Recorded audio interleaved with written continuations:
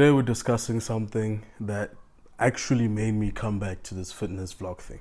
What are calories? Like, everyone talks about calories and everyone talks about how losing weight is all about calories, but they never really kind of explain to you how. But today I'm gonna try and make it as easy as I can. So I want you guys to think about it like packing your luggage when you're going on holiday, right? If you pack too much, you're gonna pay for it when you get to the airport. So calories are just like that. If you eat too much, then you're carrying an overload and you will pay for it by gaining weight. If you pack just enough, you'll be fine, you'll survive. If you pack less, however, means you're carrying less. So you'll be more nimble, you'll be able to move around better. So the first thing we're gonna cover when we're dealing with calories is your BMR. And your BMR is basically the amount of calories or fuel your body needs for you to sustain yourself in a day. I'm talking breathing, for your heart to pump. I'm talking just your basic needs, right? Guys, the aim is to try and make it as simple as possible. So to calculate your BMR, I need you to go to calculator.net and find a BMR calculator. It will kind of make things simpler for you. You'll enter your age, enter how much you gym, your height and all those type of things, and it'll churn up a number for you. If you scroll down and keep looking, it'll give you your daily sedentary calories. So knowing our daily calories is so important because now we can actually know what direction we want to take with our bodies. My daily calories are around 2,500. So if I want to lose weight, and depending on how drastically I want to do it, I will cut that number down and take that as my daily calories. So if it's 2,500, if I want to lose weight gradually, then I'll put it at around 2,200 and I'll gradually lose weight. If I'm trying to go drastic, I might even take it up to 800. If I'm trying to gain weight though, or trying to bulk up and put on some muscle, then what I'll do is probably add a few more calories above that. I mean, what you eat is very important, but at the same time, stealing a snack is not always the worst thing when you've managed your calories over the course of the day. Like, for example, a McFeast meal, including the chips and the cool drink, can get up to like 1,400 and something calories. If I have one of those and I think I can still eat recklessly for the whole day, there's no way I'll get to that. I'm going to surpass that 2,500, which means I'm going to be gaining weight. The burger alone, however, is 865. So if I really feel like a McFeast, then maybe I could sacrifice the chips and the drink and just get those 800 and something calories.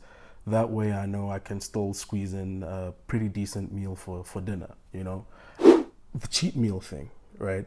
So you're doing well in the week, you're eating great, but when it gets to Friday or Saturday, you go haywire and you eat whatever you like. And that used to be me. So guys, the one thing that's really important that I learned from talking to Pull Up Performance is that I used to really go ham on my cheat days because I thought to myself, I've been doing so well during the week that I'm sure I can eat anything I want, right? Common mistake that we make. If I'm meant to be eating 2,500 calories to sustain myself, and every day in the week I've been eating at a deficit of 500, which means that I've been eating 2,000 calories a day. It means from Monday to Friday, I've burned 2,500 calories because every day I've been burning 500 calories. Now, if by some miracle between Saturday and Sunday I'm eating 5,000 calories, which is not really that hard to get to when you're me, I've really undone everything that I've done in the week. As much as you want to have that cheat meal, it's very important to not go overboard. The reason I keep saying that starving yourself and going on drastic diets is not always the way to go is because it will not teach you the discipline, and it's very hard to maintain those diets for a very long time, right? You're starving yourself for 3 weeks because you've got that in mind that this diet is for 3 weeks, or for 3 weeks I am going to deprive myself of everything. But it's not realistic because soon after that, the only way you know how to eat is still that bad diet, right? So you want to find something very realistic. And like I'm telling you, you could enjoy a couple of your favorite foods. You'll be surprised what you can get away with when you know what your calories are. So guys, for this episode, we're going to end it there. I'm not going to try and explain macros to you, but that's another important thing that we're going to do. For now, I just need you to calculate your calories, your daily calories, and choose your direction from there. Choose where you want to see your body going. If you want to lose weight, subtract a bit off of that. Make it realistic for you. For now that you know your direction, I need you to really think about the meals that you're having. I promise, I'll be back with the macros talk. I promise. But for now, give thought to what you eat.